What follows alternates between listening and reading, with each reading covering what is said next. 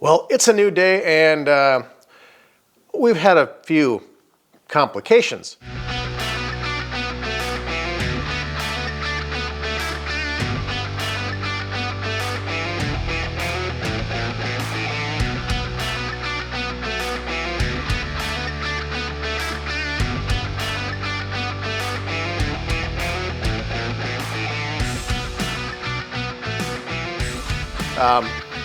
So last night I had this thing all put together and I still had yet to put on the tensioner and the chain, and the process for that would have been to remove this old cam adjuster and put on a new bolt after I got my cams set.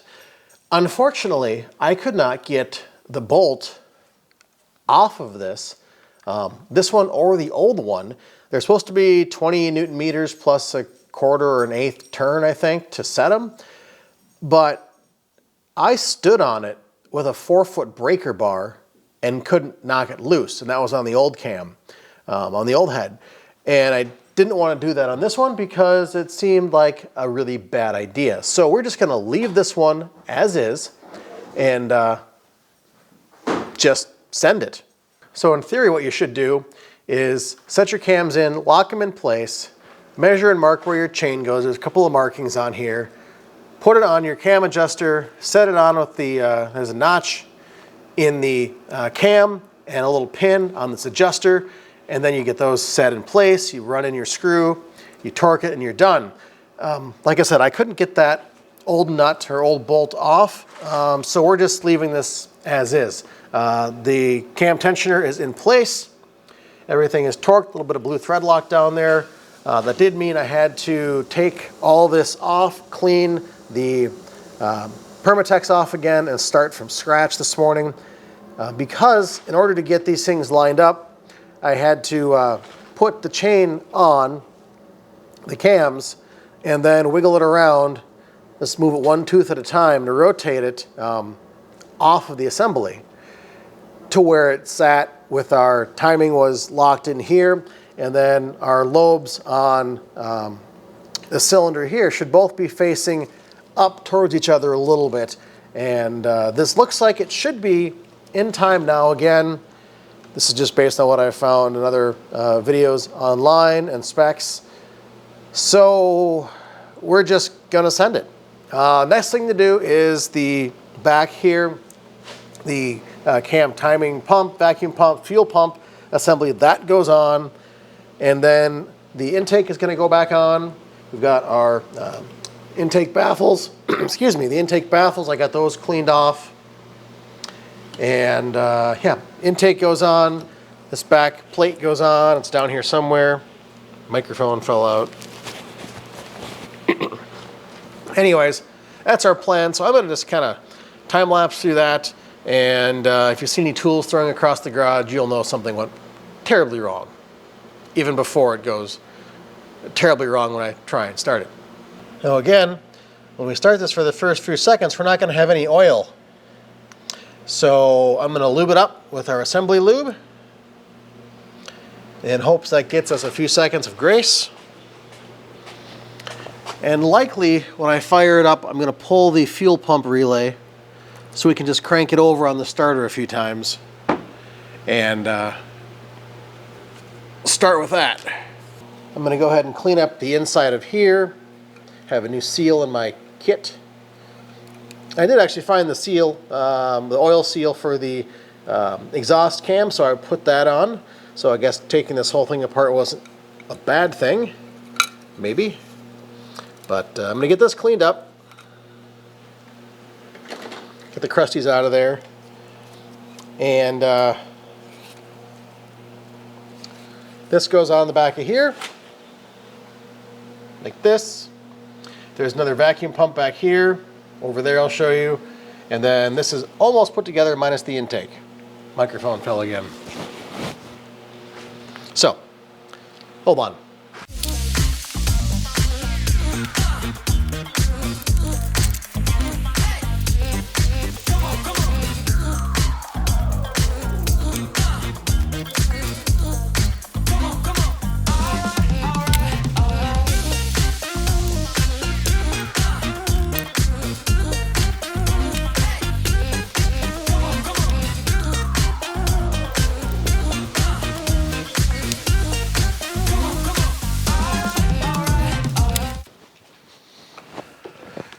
All right, we've got that back half on. We've got our fuel pump left to put on and our cam follower. So we've got to clean this up, lube it up, set it back inside here. Now, depending on what yours looks like, you can replace it. They're only a few dollars, especially if yours is like pitted or caved. This one looks excellent. Zoom if I can, but I don't see any need to replace it. There's a bracket here that should have gone on down there. Let me put that back on quick. That bracket was important, or is important still. There's some chassis grounds that get hooked up there, so important to make sure that is on. There are a few other bolts that go up here. I'll have to dig those out of the solo cup. They go on the top half here of this back assembly, and then our fuel pump. So I'm going to get that cam follower cleaned up, get that installed, and then the fuel pump. All right, I found these bits of hardware, so I'll get those on. We've got our fuel pump. We have a new O-ring, so I'll go ahead and throw that on there too.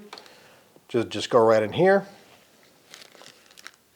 Use your pick, you can take it off, put the new one on, lube it up, and then this just gets slapped right back.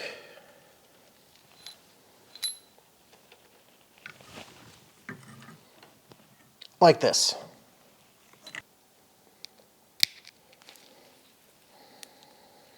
Okay, that's pretty brittle.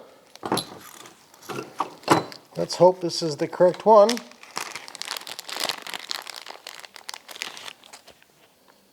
Looks like it is.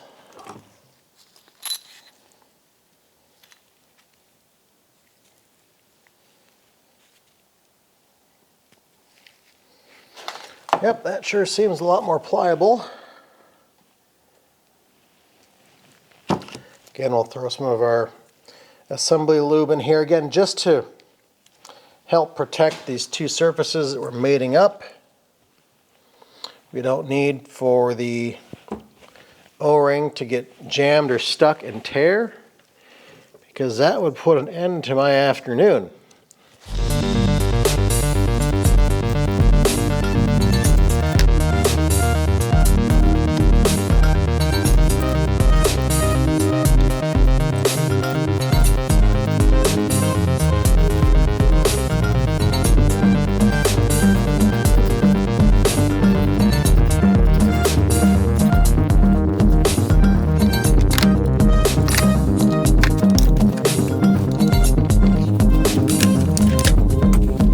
All right, I'm gonna clean some of the tools up here, make some more space. I'm gonna go ahead and grab our air intake, get that put back on. Then the next step after that, throw it back on the vehicle. So quick recap before we go to the intake. Got a new cam solenoid on here, new O-ring on the fuel pump. This whole housing was cleaned. Pump is back in here. And these little rings that go in your cam adjuster gear, ring thing, those are all lubed up and clean. We've got our new oil ring up here on our exhaust cam. We've got a idler tensioner up here in the front already put on, and then another one stud for the bigger tensioner. So I'm gonna go ahead and roll this over on its side. We've got our baffles, like I said earlier. Ran these through the parts washer, and those are good and clean. They weren't very dirty, but they looked like they were kind of scraped off and cleaned off, which is interesting. I did see on the Carfax there was a intake gasket replaced just about 150 miles before the cam grenaded itself. So that's a little intriguing. Anyways, let's grab our intake assembly.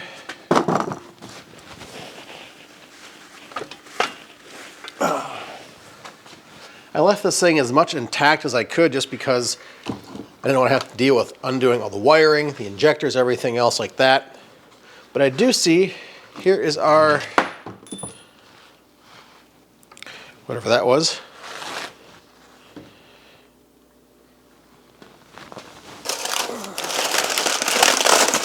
Yep, I need you. Here's our intake gasket. You know, I have a new one, so just to be safe, it feels pretty, yeah, soft and pliable, but we've got a new one, so we're just going to go ahead and put that in.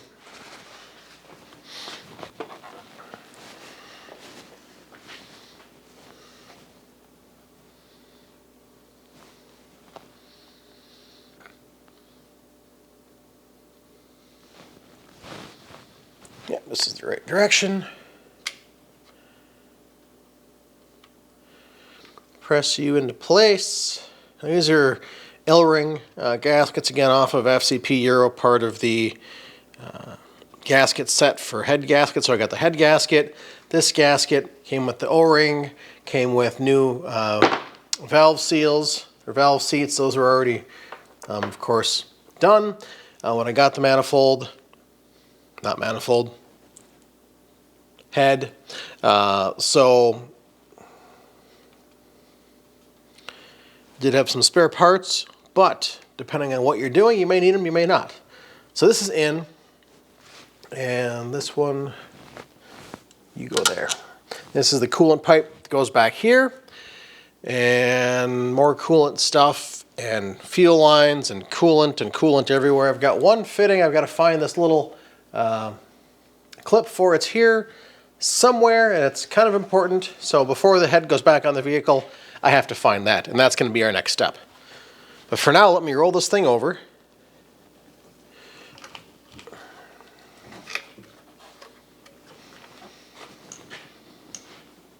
And we want to be careful. I'm going to go ahead and put a little lube around these injectors, because again, those are things you don't want to screw with more than once. Right here, these little seals. Not terribly worried, but as long as we're having everything apart, let's just put things back together smart.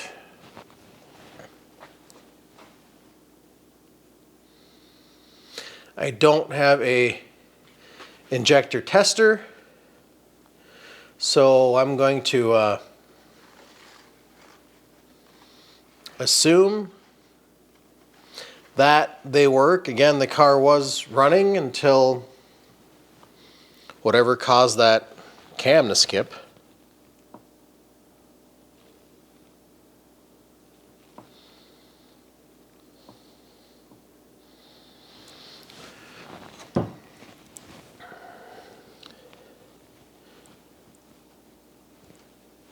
Probably not needed, but one thing I did find in viewing different tutorials, there's a handful of hardware, like these cam girdle bolts that are torque to yield, that you don't really see until you're already in there reassembling things. And I did not find any last night for this anywhere on the Audi OEM parts website, on the on FCP Euro. So I'm gonna have to dig for those. Those would be pretty easy to replace if I need to. The pulley or sprocket for the exhaust cam on the front of the head, that is a torque to yield. I didn't get one of those, but I can get one of those. And again, it's cold here in Minnesota, so I don't foresee a lot of driving of this car for a while, so I've got some time to grab some of those torque to yield bolts. What I did grab new was the head bolts, so that's a no-brainer. So I've got a box of those sitting over there in the side.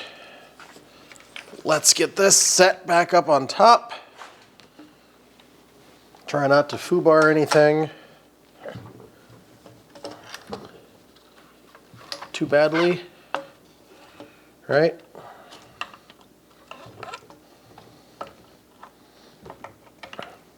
Get those injectors back in their happy place.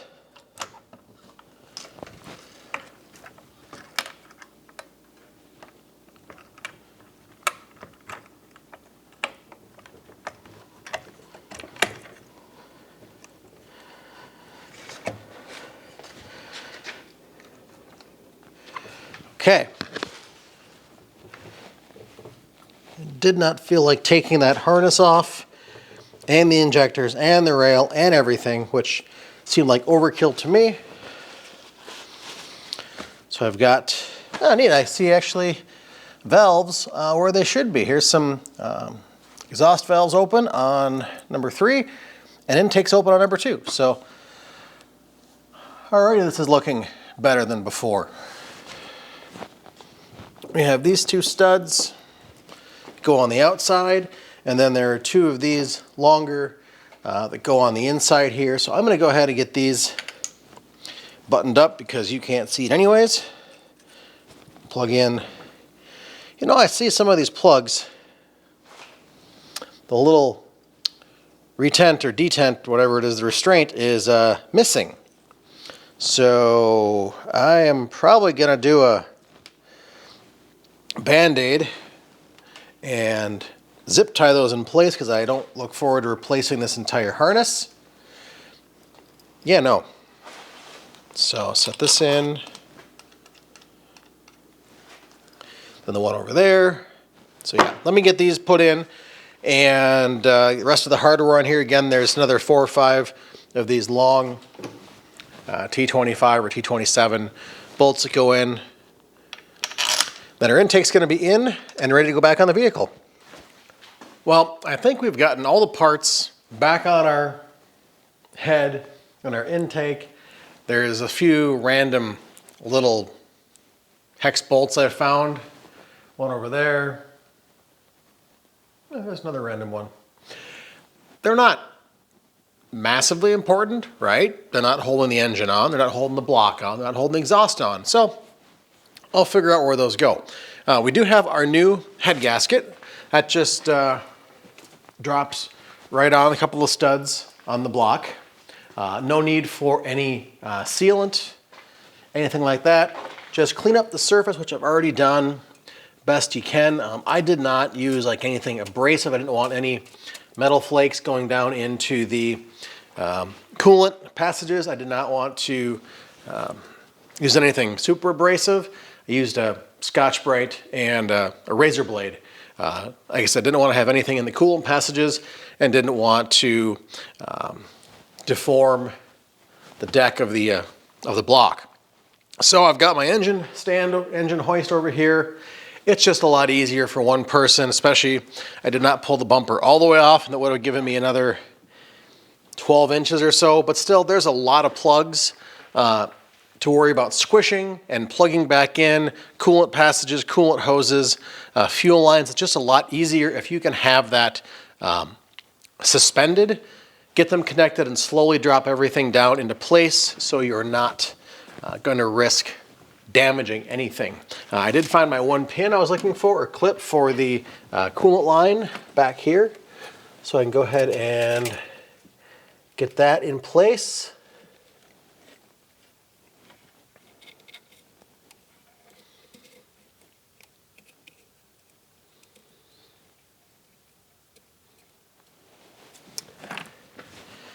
And again, I see this line goes right up here, but otherwise there are 1, 2, 3, 4, 5, 6, 7, 8, at least 8 electrical connections I'm seeing.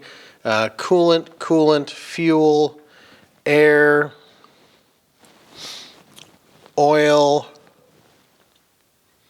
plus the turbo stuff. So there's a ton of stuff to worry about here without having to, and a couple of grounds back there, without having to, and the main fuel line. So without having to worry about squishing anything. That's where that fuel line goes. Okay, anyways, I'm gonna go ahead and raise this up, get it into place.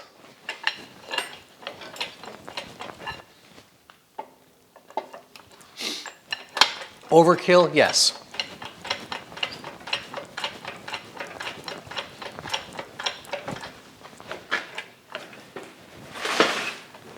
Is it going to help assure I don't drop this? Yeah, I think so.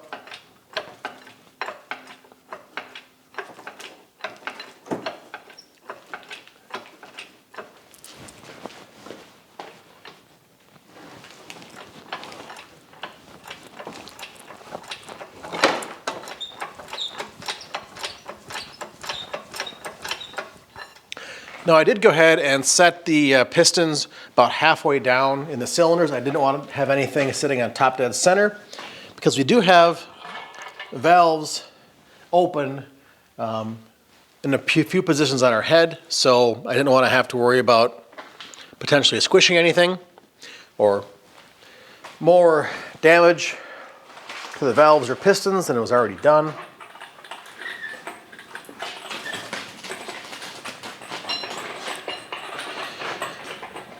Oh, and actually I've got a big pile of kitty litter under here from extra coolant that came out. Oh, it'll be nice to get this done. Get the mess cleaned up on the floor, get the oil pan emptied, because dog.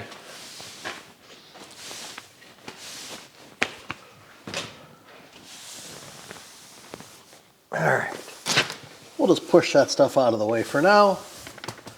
That's a problem for another day. Do you have another one? No.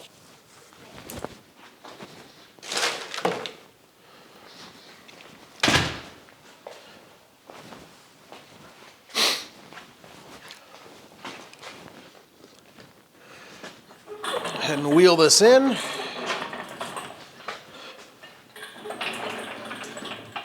In the general vicinity of where it should go.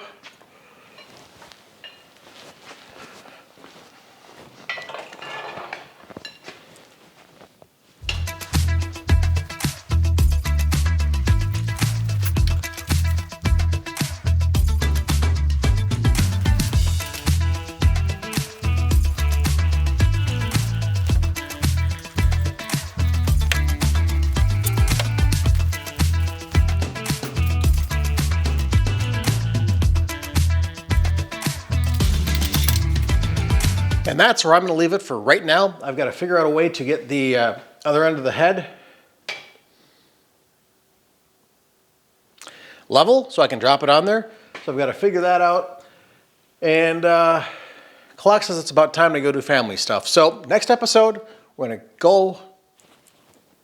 come back, that's it. Next episode, we're gonna come back and get the head on, get everything buttoned back up, hopefully turn the key and see if this thing runs. So, if you like this series, again, I'm learning.